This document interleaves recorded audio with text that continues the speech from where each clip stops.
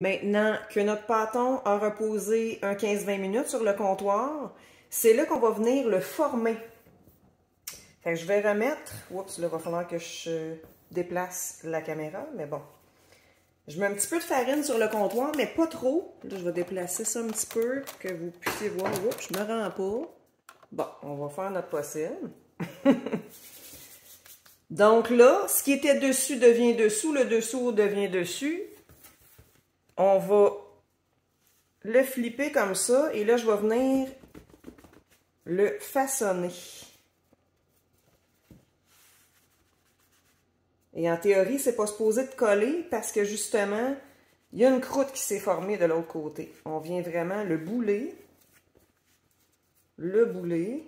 On voit que les bulles là, veulent sortir de tout bord, tout côté. J'essaye de ne pas les percer, mais bon. Comme ça ici.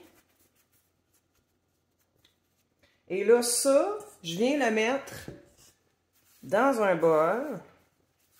C'est pas plus compliqué que ça, là. C'est pas parfait, là. Hein? On le voit, c'est loin d'être parfait. On le met dans un bol.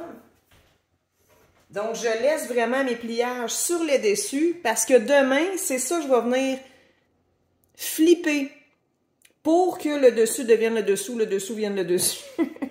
Donc, tous mes pliages là, sont sur le dessus. Et là, je viens recouvrir.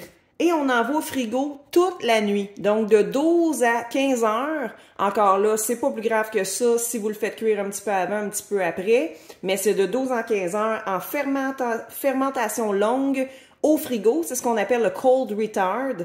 Donc, on retarde le processus de fermentation par le froid.